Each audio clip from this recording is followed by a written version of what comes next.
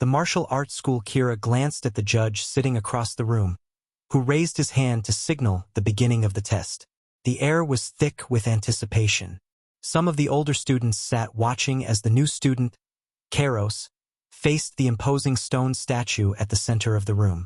Chiseled from dark granite, the statue was an eerily perfect replica of Kairos.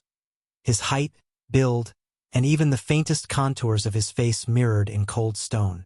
Taking a deep breath, Kairos assumed his fighting stance, muscles coiled and ready.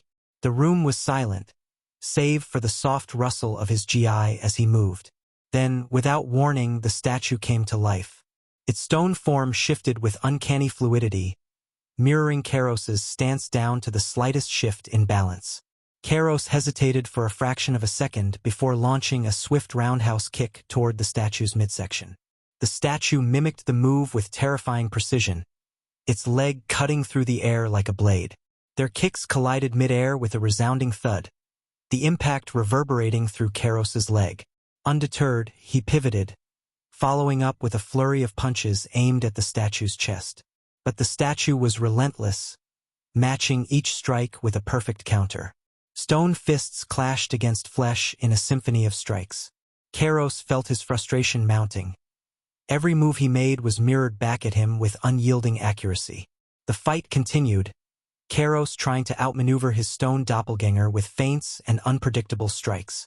But the statue was not just copying his moves, it was adapting, learning his rhythm, anticipating his attacks.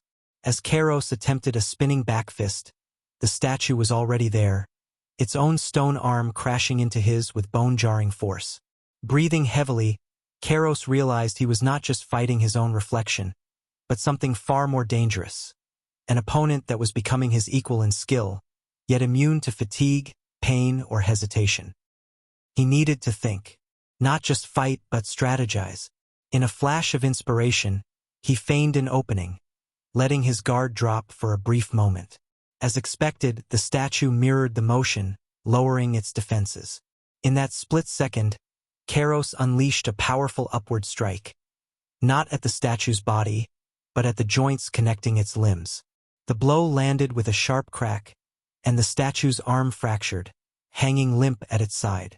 Seizing the opportunity, Kairos followed up with a series of precise, calculated strikes, targeting the weakened joints. The once imposing figure began to crumble, its movements slowing as pieces of stone fell to the floor. Finally, with a powerful kick, Kairos sent the statue toppling backward. It crashed to the ground, shattering into a pile of rubble. The dojo fell silent once more, save for Kairos's heavy breathing. He stood victorious, but the battle had taught him more than just martial arts. It had shown him the importance of adaptability, strategy, and the dangers of facing one's own reflection in combat. The judge whispered something to his advisor before turning to the gathered students. Kairos is accepted as a first-level student. A murmur ran through the spectators.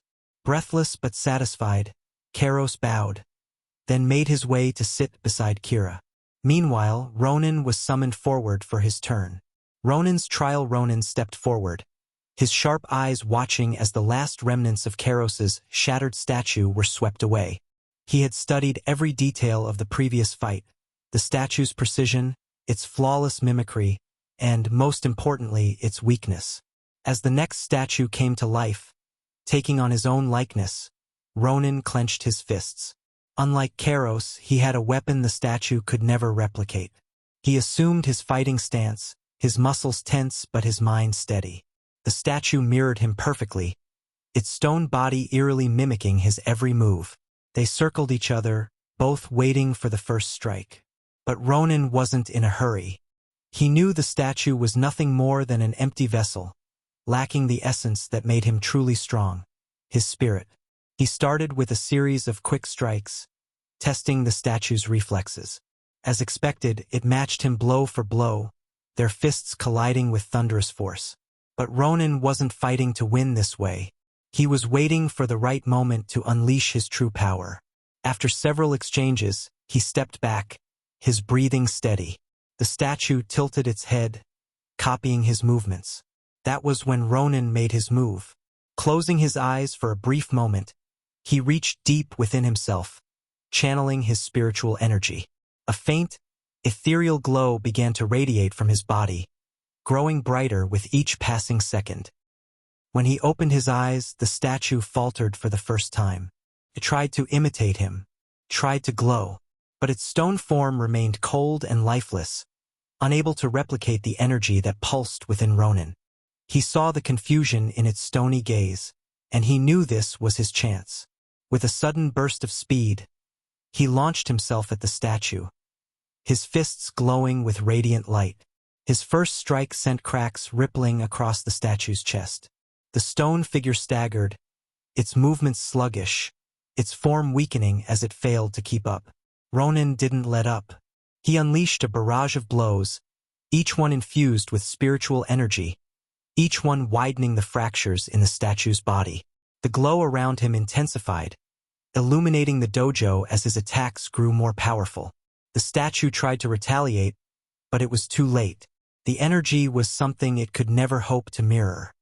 Finally, with one last, devastating punch, Ronan drove his glowing fist through the statue's chest.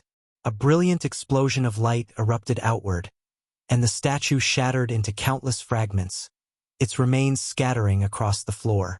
As the dust settled, Ronan stood amidst the debris, his body still glowing faintly. Slowly, the light faded as he reigned in his power. The dojo was silent. The air itself seemed charged with the energy he had unleashed.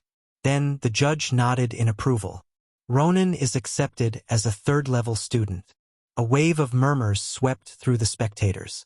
The difference in ranking was clear. Kairos had won through strategy and endurance, but Ronan had displayed something far beyond that. Ronan returned to sit beside Kira and Kairos. Kairos, still in shock, turned to him. "Ronan, since when could you control your spiritual energy?" Before Ronan could answer, the judge's voice rang out once more. "Kira, step forward." The martial arts school, final part. Kira stepped into the dojo, feeling the weight of every gaze upon him. Unlike the others before him, he was quiet, reserved. He wasn't nervous, he simply didn't know what to expect. And, unknown even to himself, he carried a secret. As he took his position before the mimic statue, a strange calm settled over him. It wasn't confidence. It wasn't fearlessness.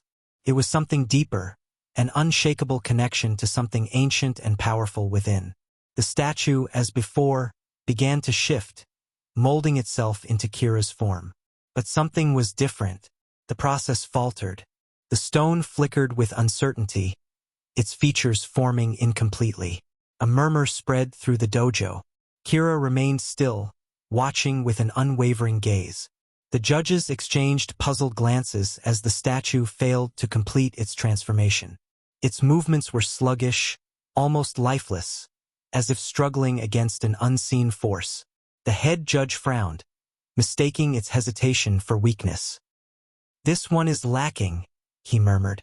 "There's nothing for the statue to mimic." He turned, about to declare Kira's failure. But before he could speak, a voice cut through the room. "Wait!"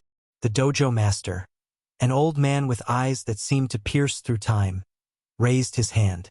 He had sensed something that defied the statue's magic. "Operate the statue at maximum power," he instructed, his tone calm but absolute. "Without the mimic ability." The judges hesitated. Then, one by one, they nodded. Suddenly, the statue surged with energy. The air around it grew heavy with power, an ominous glow pulsing through the stone. It was no longer a mere mimic. Now, it was something far more dangerous, a true test of raw combat ability. With a sound like cracking thunder, the statue launched itself at Kira. Its stone fists moved with impossible speed, vanishing into the air as they struck. It was faster than anything Kairos or Ronan had faced. Stronger, more relentless. But Kira didn't flinch. As the statue closed in, a shift occurred. The world around him seemed to slow. The once blinding attacks now moved as if passing through water. He saw each motion, each shift in the statue's stance. Time itself had bent to his will.